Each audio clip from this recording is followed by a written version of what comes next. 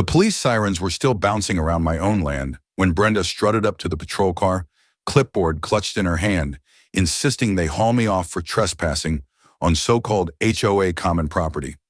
I'm standing there in my work boots on the dusty, rutted gravel drive of the ranch I inherited from my grandfather, watching two baffled deputies trying to understand why this perfectly groomed blonde woman in a white Escalade plastered with HOA enforcement decals is jabbing her finger at me like I'm some kind of felon. The scent of sagebrush mixed with Brenda's overwhelming perfume, the sort that probably costs more than most people's car notes. Every time she flung out an arm for emphasis, her stilettos ground into the scattered gravel from her dramatic arrival, like a deranged little percussion section. The senior deputy scowled down at his tablet, scrolling through property records, then glanced back at Brenda with the look you'd give someone who just swore the moon was made of cheese. What would you do if somebody called the police on you while you were standing on your own spread? Drop a comment and tell me where you're tuning in from. I bet your HOA has its own little enforcer. Let me rewind and explain how I ended up here. My name's Logan Mercer, and 3 months ago, I was just another burned-out city guy slogging through the world's messiest divorce.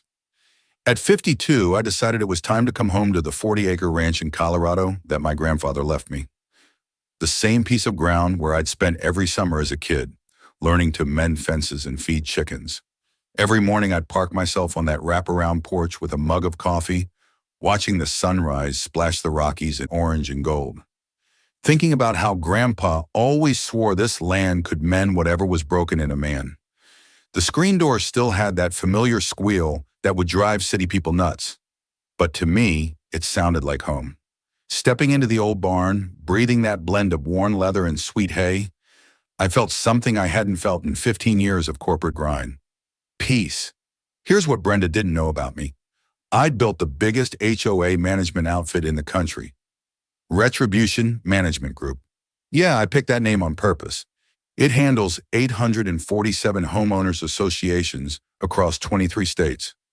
I've watched every dirty trick, every power move, every petty dictator who thinks holding a clipboard turns them into Napoleon. But I was finished with that world. I wanted simple. I wanted quiet. I wanted to fix up Grandpa's 1920s farmhouse and maybe keep a few horses.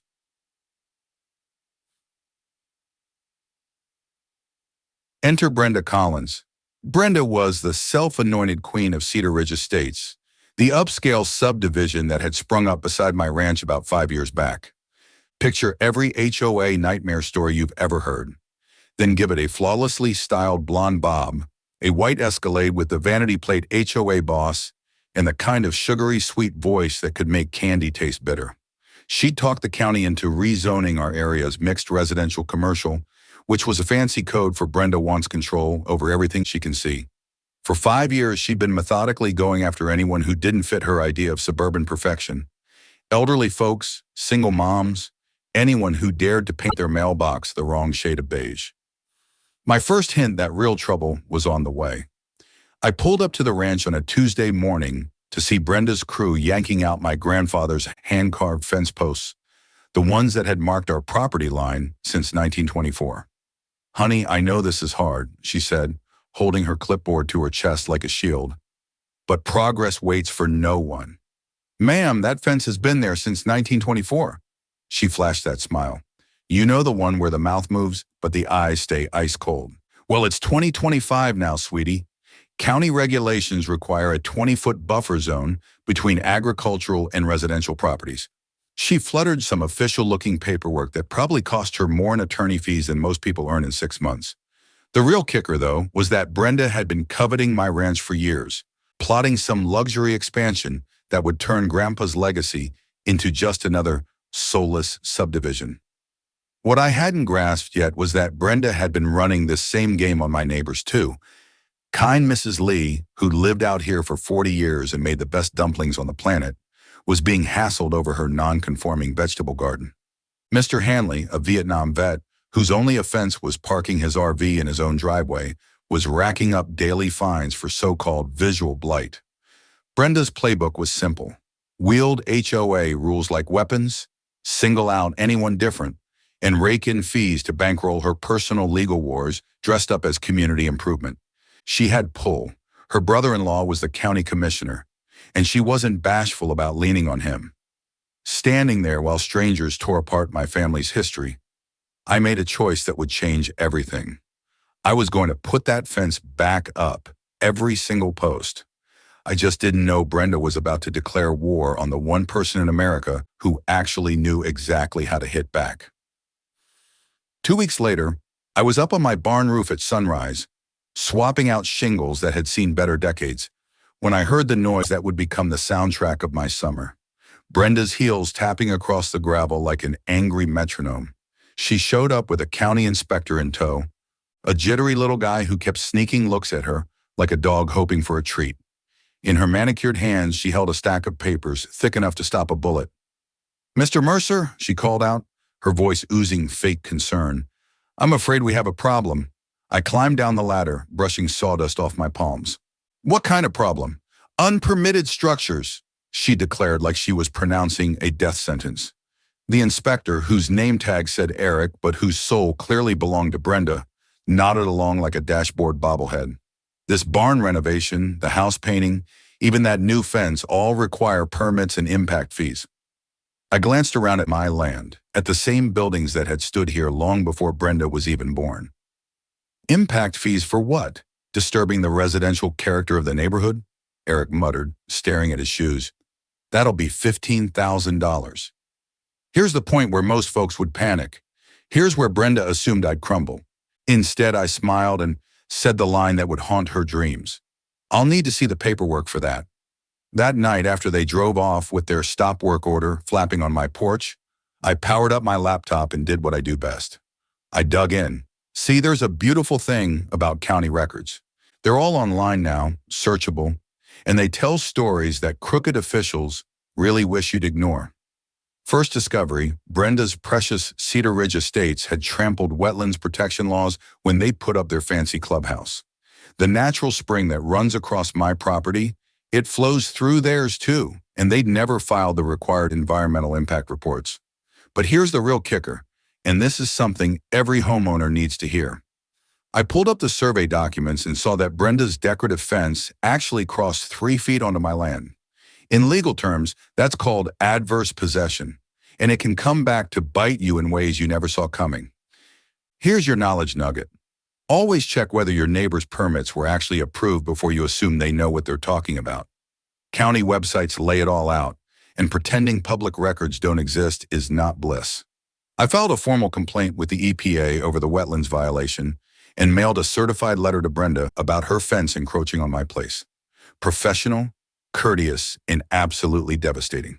The next morning, she came charging across my yard like a tornado in designer jeans.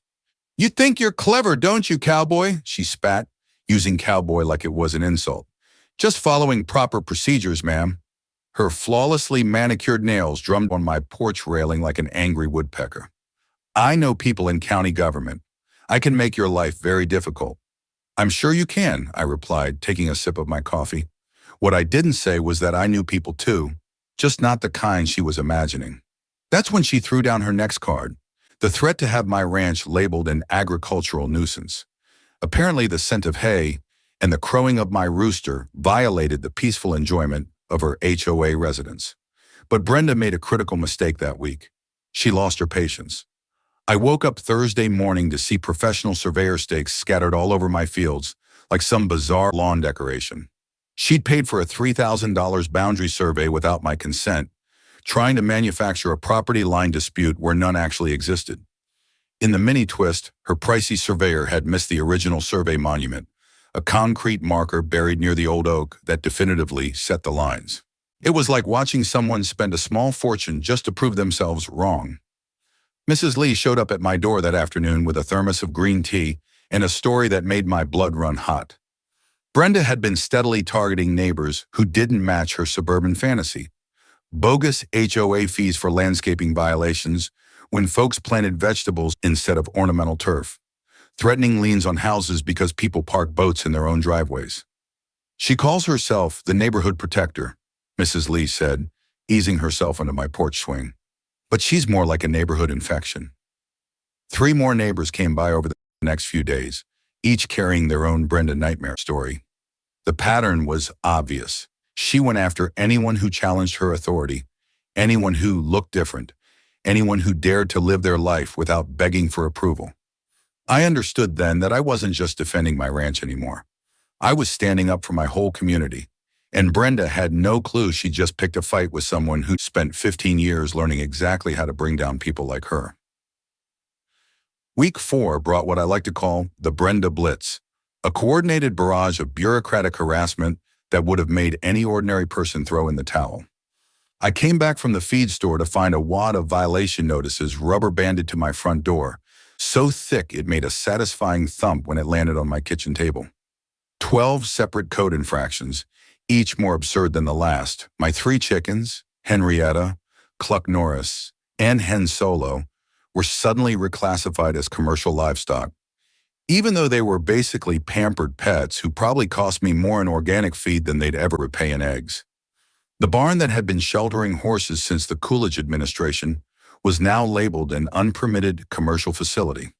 Even my grandfather's solar panels, installed in 2019, were somehow deemed a visual eyesore incompatible with residential aesthetics.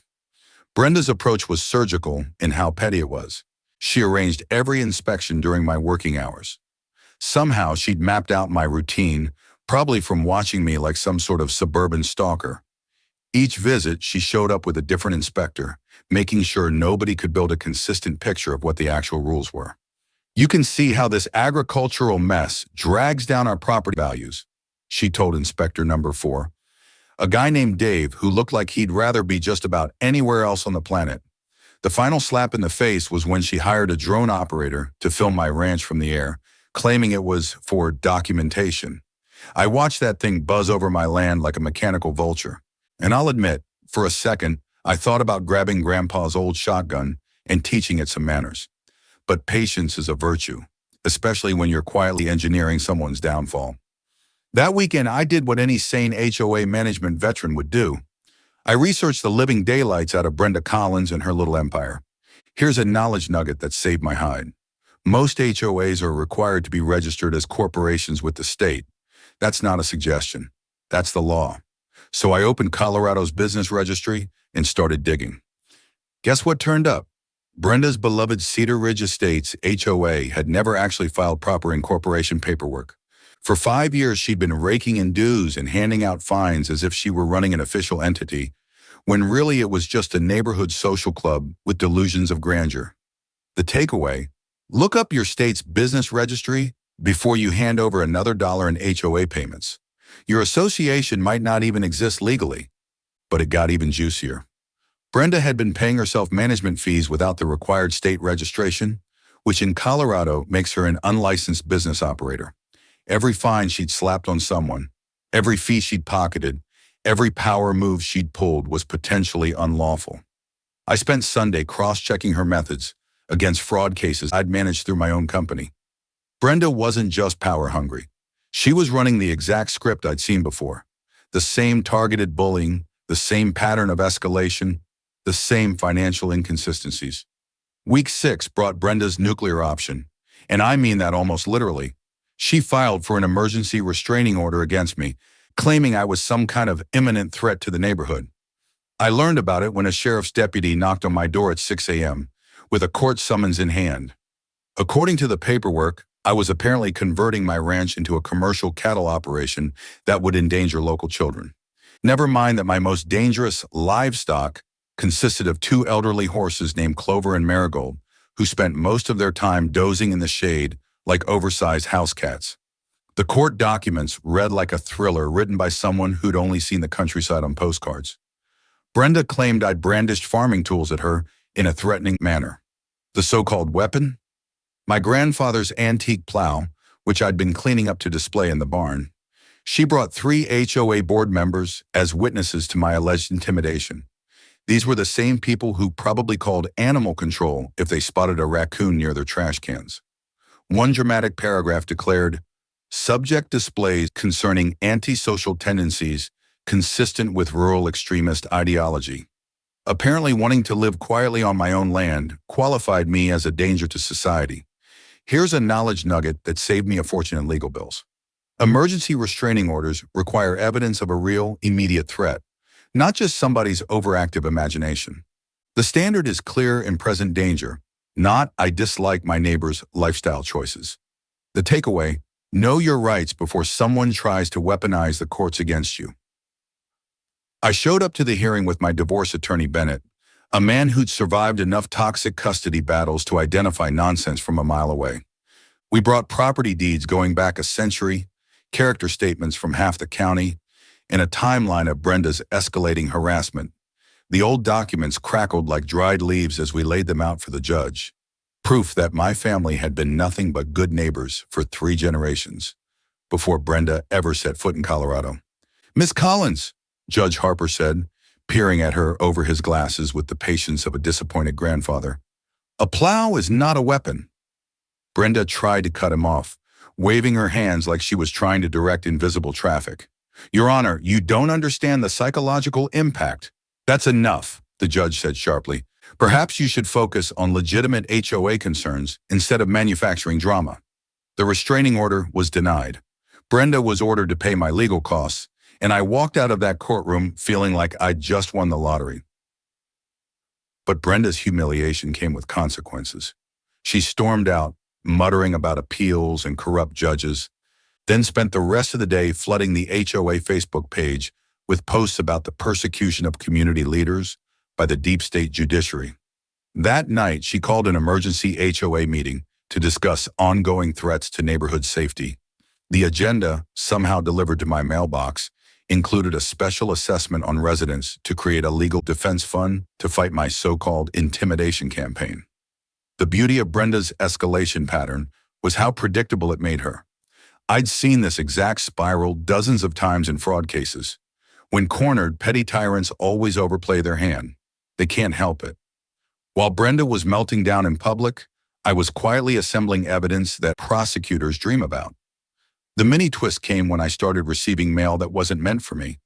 Brenda had been using my ranch address for HOA correspondence, probably hoping to intercept anything that might expose her schemes. One envelope contained bank records that made my stomach drop. The Cedar Ridge HOA had $180,000 missing from its reserve account. Brenda had been paying herself $8,000 a month in management fees that residents had never approved. Another envelope held insurance claims for storm damage that never occurred, contractor invoices for work that had never been done, and legal bills for fighting violations she'd engineered herself. The scent of her perfume still lingered on some pages, like she'd handled incriminating evidence right before mailing it. But the smoking gun was a set of architectural plans showing my ranch converted into a golf course, with luxury condos where Mrs. Lee's vegetable garden currently thrived. Brenda wasn't preserving the neighborhood. She was dismantling it piece by piece to build her development fantasy. That night, I sat on my porch with a beer in my laptop, finally seeing the whole picture. This wasn't just about property lines or HOA bullying. This was full-scale organized fraud targeting vulnerable neighbors and financed with stolen HOA funds. Mrs. Lee appeared beside me with a plate of cookies and her usual well-timed wisdom. "You look like someone carrying heavy thoughts," she said. "Just figuring out how deep this goes," I answered. She settled into the porch swing, watching the mountains turn purple as the sun dipped. "Deep enough to bury someone," she murmured. I realized then that I wasn't merely defending my ranch. I was the only thing standing between Brenda and the total destruction of everything my neighbors had worked their whole lives to build. It was time to stop playing defense. Time to start playing the only game Brenda didn't know I could play. One I'd been winning for 15 years. Sarah Ortega Reyes rolled up my driveway 3 days later in a sleek electric sedan, carrying enough forensic accounting gear to audit a medium-sized nation. Former FBI white-collar crime specialist, now a forensic accountant, and my partner in more takedowns than I could count. "HOA embezzlement," she said as she stepped out, flashing a grin sharp enough to slice steel. "That's my favorite kind of case, like Christmas morning for people who get excited about irregular spreadsheets." We transformed Grandpa's barn into our war room. The familiar scent of old hay mixed with ink from the high-speed printer as the rustic space turned into some strange blend of frontier workshop and financial crime command center. My divorce attorney Bennett arrived that evening with a cooler full of beer and a predatory smile. Pro bono with media potential, he said, setting the cooler down. Better than that crypto guy who tried hiding assets in memes. Mrs. Lee took up the role of community intelligence officer, arriving with homemade dumplings and 40 years of neighborhood knowledge. That woman came here and declared herself queen, she said, settling into a folding chair. But queens fall, especially when they forget to wear armor to their own execution. Sarah spread Brenda's financial documents across the table like a blackjack dealer, revealing a winning hand. Let me teach you about embezzlement red flags, she said. Rule 1. HOA presidents don't get to pay themselves unless the board votes. If they do anyway, that's theft. She pointed to line items that would make any CPA sob. Always demand line item budgets. If they say trust me, that's the first sign you shouldn't. Here's your knowledge nugget. HOA members have the legal right to inspect financial records, request them in writing, and if leadership refuses, that's probable cause for an audit. The takeaway: transparency isn't optional in legitimate organizations. Bennett laid out our attack plan like a general planning a beach landing: civil, criminal, and regulatory strikes. Bar complaint against her attorney for participating in fraudulent practices. Civil suit under state HOA fraud statutes. Federal referral for wire fraud. What's a quitam suit? Mr. Hanley asked. It lets private citizens prosecute fraud on the state's behalf, Bennett explained. Think of it as legal bounty hunting. I opened my HOA management software to show neighbors how proper governance should look. Laptop screens glowed like lanterns in the barn as I walked them through financial controls, open voting, and transparent reporting. We thought HOAs were supposed to be little dictatorships, Mr. Hanley said, shaking his head. That's exactly what Brenda counted on, I replied. Sarah trained the neighbors to spot signs of fraud, turning them into a surveillance network that would make intelligence agencies proud. We set up a secure group chat for sharing information, along with evidence collection protocols that would withstand any federal courtroom. We need this airtight, Sarah said, handing out evidence bags like party favors. Everything labeled, everything dated, everything traceable. Meanwhile, Bennett worked his media connections. HOA corruption sells, he said, especially with the whole rancher versus tyrant narrative. The Denver Post is practically drooling for the exclusive. I studied Brenda's behavior patterns. I'd seen them dozens of times in the fraud world. They all followed the same script when cornered: bribery attempt, intimidation, then catastrophic self-sabotage. She'll try to buy me off next, I predicted, then threaten me. Then she'll do something stupid enough to get arrested. How do you know? Tom asked. Because this is case number 48. Fraudsters are predictable. They always unravel the same way. Our strategy was simple. Let Brenda make the next aggressive move while we documented every bit of it. Give her enough rope to tie her own legal noose. We had 30 days until the next HOA meeting, our chosen moment to spring the trap in front of the entire community. A coordinated rollout, criminal referral to the DA, civil lawsuit filed, and media coverage ready to hit the airwaves. I looked around at my unlikely little army: an ex-FBI agent, a lawyer who enjoyed carnage a bit too much, a wise neighbor with dumplings and intel, and a handful of residents who'd finally had enough. I lifted my beer. Folks, I said, let's go catch ourselves a thief. Week 10 delivered Brenda's grand finale, a desperate spectacle so over the top it could have won an award for unintentional comedy. At 7:23 a.m. on a Tuesday, she dialed 911, claiming I'd threatened her with a shotgun during a violent confrontation on my own property. I was in the middle of feeding my chickens when the sirens started echoing through the valley, getting louder until 2 sheriff's cruisers whipped up my gravel driveway like they were responding to a hostage situation. Brenda pulled up right behind them in her white Escalade, probably breaking half the county's speed limits just to make sure she could watch the show she thought she'd orchestrated. She stepped out looking like a drama coach had prepped her. Mascara smudged just so, hair artfully disheveled, clutching tissues as if she'd barely survived a horror movie. Officers, thank goodness, she sobbed, pointing at me like I was wielding a bazooka instead of a scoop of chicken feed. He's been stalking and terrorizing us for weeks. This morning, he threatened to kill me with a shotgun. Deputy Clark, a weathered man who seemed immune to theatrics of any kind, surveyed the ranch with the expression of someone searching for a mermaid in a cattle pond. Ma'am, where exactly is this shotgun?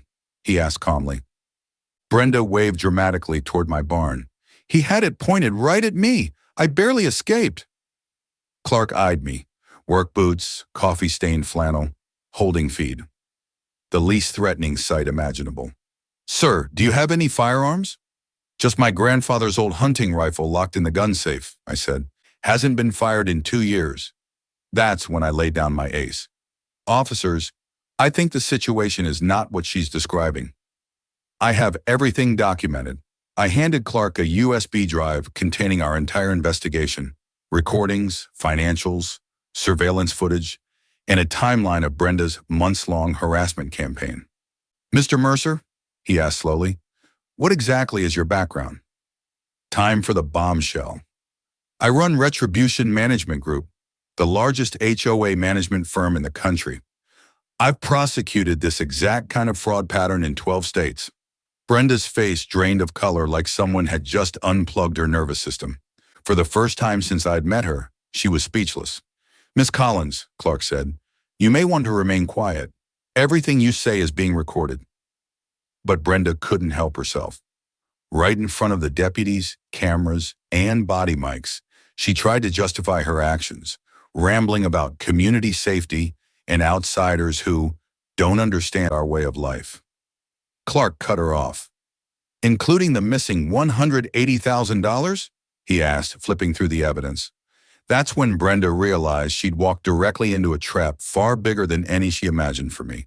She tried to get back in her SUV, but Clark had already called for detectives and a search warrant. Perfect timing. Sarah arrived moments later, looking every bit the federal agent she used to be. Miss Collins, she said, you're facing 15 federal charges, including wire fraud, mail fraud, and conspiracy to commit real estate fraud. Within minutes, my ranch turned into a full-blown law enforcement operation. Detective Alvarez from Financial Crimes arrived with a team. Evidence bags, search teams, statements being taken. It looked like a TV procedural, except everything was real. Mrs. Lee appeared with a tray of iced tea for the officers and popcorn for the neighbors who'd gathered to watch the show. It's about time, she said loudly enough for the local news cameras Bennett had tipped off to hear. Brenda tried to hide her face as cameras captured her being cuffed, ranting about persecution and corruption. The mini-twist came when detectives searched her home office and discovered files on nearly every resident, financial info, daily habits, intimidation strategies. This isn't just embezzlement, Alvarez told Clark. This is a coordinated conspiracy to defraud an entire community. Brenda's brother-in-law, County Commissioner Mitchell, immediately tried to distance himself, claiming no knowledge of the HOA's operations. His political career evaporated in real time. As Brenda was loaded into the patrol car, she shot me a look of pure venom. But all I felt was a deep, satisfying peace. Justice wasn't coming. It had arrived. The HOA meeting that followed was unlike anything Cedar Ridge had seen. The community center overflowed. Standing room only, local news everywhere, even representatives from other HOAs, curious if their own boards were running scams. I showed up in dusty ranch clothes carrying a briefcase of evidence. The crowd erupted in applause. The court-appointed HOA monitor, Patricia Wilson, opened the meeting with the efficiency of someone who'd cleaned up more municipal messes than she cared to admit. Your former HOA president was arrested this morning on charges including embezzlement, fraud, extortion, and filing false police reports, she said. This is the largest HOA fraud case in Colorado history. Gasps rippled through the room. Patricia invited me to speak as the whistleblower. I stepped to the podium to another wave of applause. I didn't come back here to expose fraud, I said. I came home to fix up my grandfather's ranch.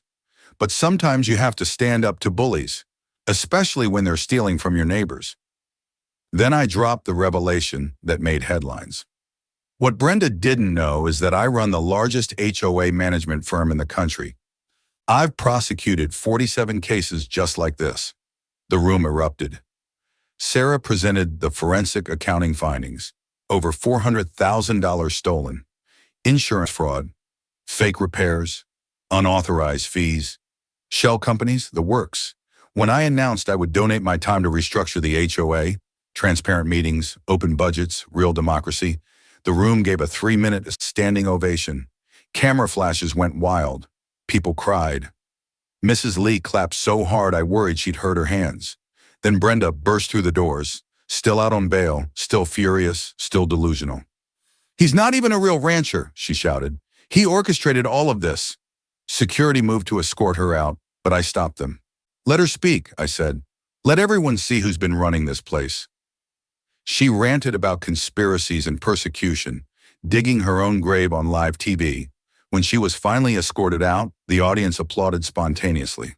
Detective Alvarez updated the community. More charges coming, FBI involvement, and an ongoing investigation into the commissioner. The community voted unanimously to appoint me interim HOA president with full authority to rebuild governance. "All in favor of putting the fox in charge of fixing the henhouse?" Mrs. Lee called out. A chorus of "aye" shook the room. 6 months later, Cedar Ridge was unrecognizable. In the best way: transparency, fairness, monthly potlucks, real neighbors again. Brenda received 4 years in federal prison. The commissioner got 2. Stolen funds were reimbursed. Families who'd been targeted received checks for thousands. My ranch became the unofficial gathering place. And somewhere along the way, Sarah and I realized fighting corruption was surprisingly romantic. We married in the barn, neighbors laughing, lights strung through the rafters. News crews came. Congress invited me to testify. My book hit bestseller lists. 12 states passed HOA reform laws based on our case. But the real victory was the Cedar Ridge Community Fund. College scholarships, land conservation, and an annual festival celebrating communities that fought back. My phone rings constantly now. People from across the country saying, "You don't know me, but I think you need to hear what's happening in my neighborhood." And each time I answer the same way: "Tell me everything." The sun still sets over the Rockies the same way it did when my grandfather lived here. But now, in Cedar Ridge at least, freedom echoes louder than any HOA gavel ever could.